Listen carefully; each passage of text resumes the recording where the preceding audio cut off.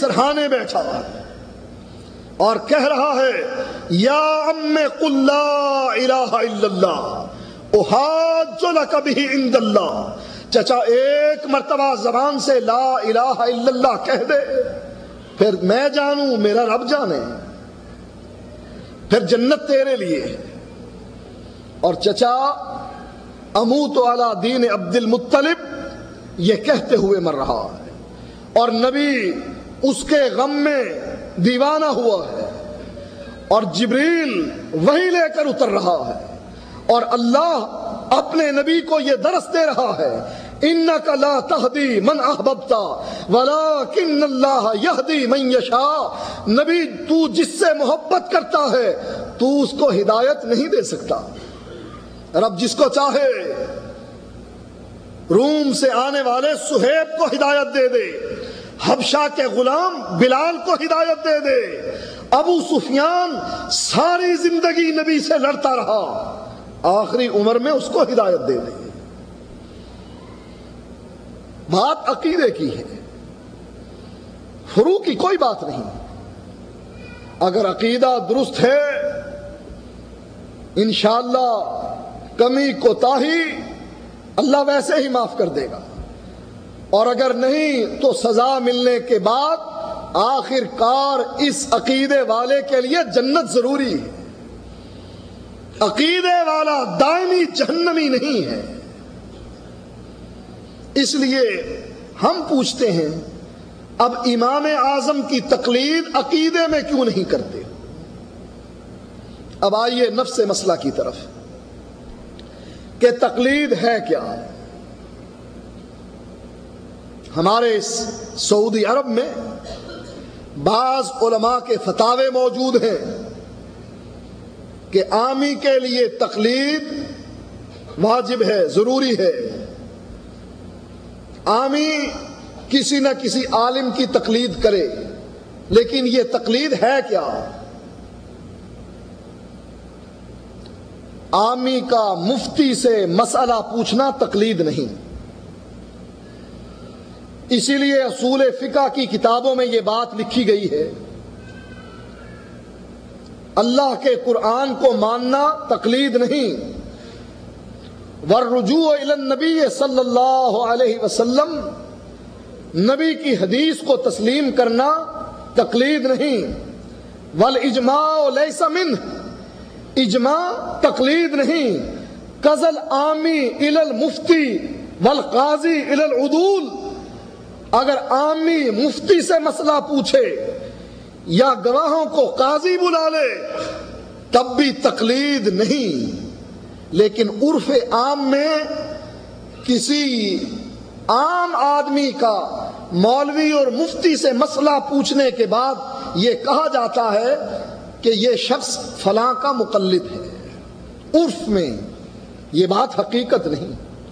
ہمارے ہاں جو بعض فتاوی موجود ہیں کہ عامی کسی امام کی تقلید کرے، وہ تقلید عرفی تقلید ہے، لیکن حقیقی تقلید کیا ہے کہ کسی آدمی کی بات ماننا، قبول و قول الغیر من غیر حجہ، کسی آدمی کی بات ماننا جو نہ اللہ کے قرآن میں ہو، نہ نبی کی حدیث میں ہو، نہ اس پر اجماع ہو، اور نہ وہ مسئلہ اجتہادیہ ہو، کسی آدمی کی وہ بات ماننا جو حجج شریعہ میں نہ ہو، اس کو تقلید کہا جاتا۔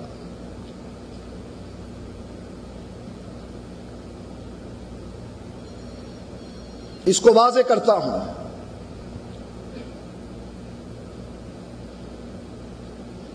تجلی میں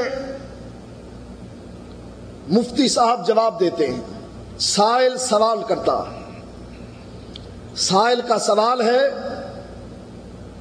کہ میرے اس مسئلے کا جواب کتاب و سنت کی روشنی میں دیا جائے۔ ذہن میں رکھیے اس سوال کو، سائل سوال کرتا ہے میرے مسئلے کا جواب کتاب و سنت کی روشنی میں دیا جائے۔ اب مفتی صاحب جواب دیتے ہیں، کہتے ہیں ہر سائل یہی لکھتا ہے کہ میرے مسئلے کا جواب کتاب و سنت کی روشنی میں دیا جائے۔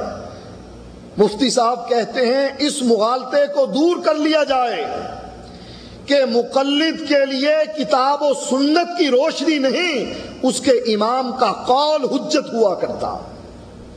تقلید کیا ہوئی؟ کتاب و سنت کے مقابلے میں اپنے امام کے قول کو ماننا، یہ تقلید ہے۔ کتاب و سنت کے مقابلے میں اپنے امام کے قول کو ترجیح دینا، یہ تقلید ہے۔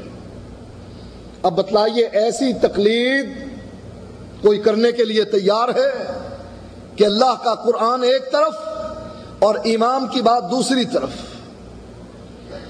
کیا کوئی اس میں شک و شبہ باقی رہ جاتا ہے کہ ایسی تقلید نہ صرف حرام ہے بلکہ یہ شرک تک جا پہنچتی؟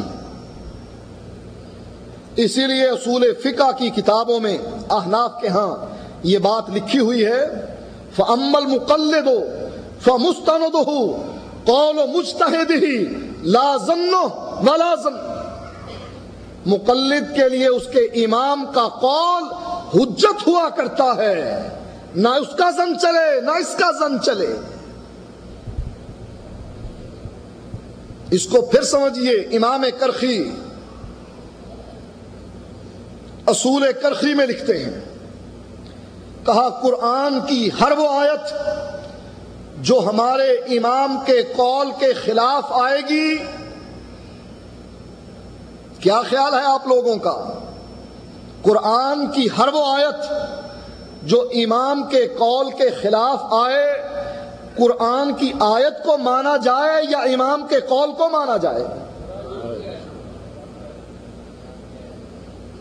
آپ کا جواب درست ہے، لیکن امام کرخی کہتے ہیں نہیں۔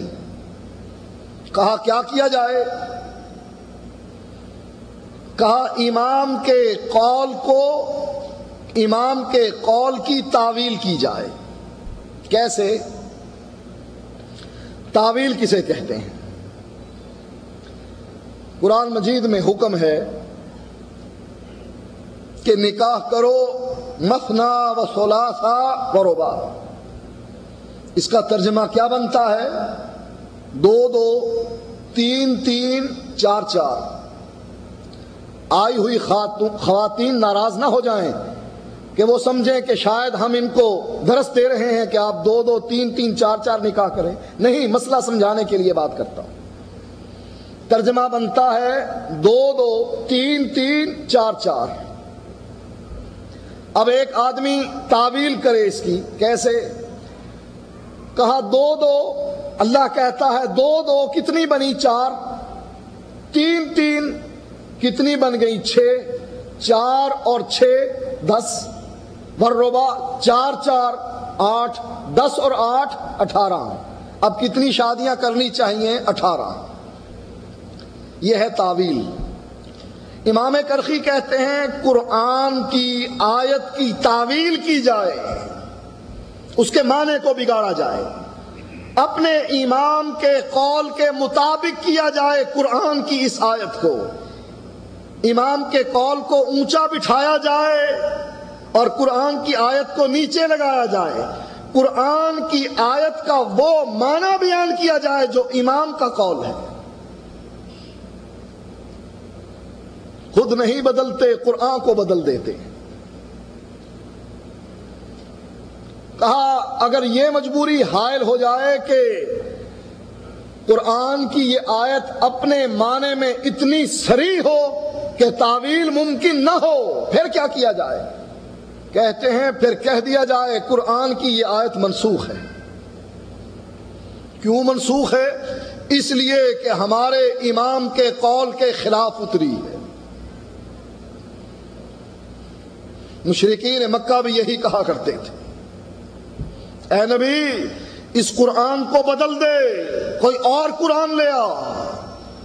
اللہ کے نبی کو یہ وارننگ دی گئی، وَلَوْ تَقَوَّلَ عَلَيْنَا بَعْضَ الْأَقَاوِيلِ لَأَخَذْنَا مِنْهُ بِالْيَمِينِ ثُمَّ لَقَطَعْنَا مِنْهُ الْوَتِينَ فَمَا مِنْكُمْ مِنْ أَحَدٍ عَنْهُ حَاجِزِينَ۔ اگر میرا سچا نبی وہ بات کہے جو جبریل لے کر نہیں آیا، آسمان سے وحی نہیں اتری۔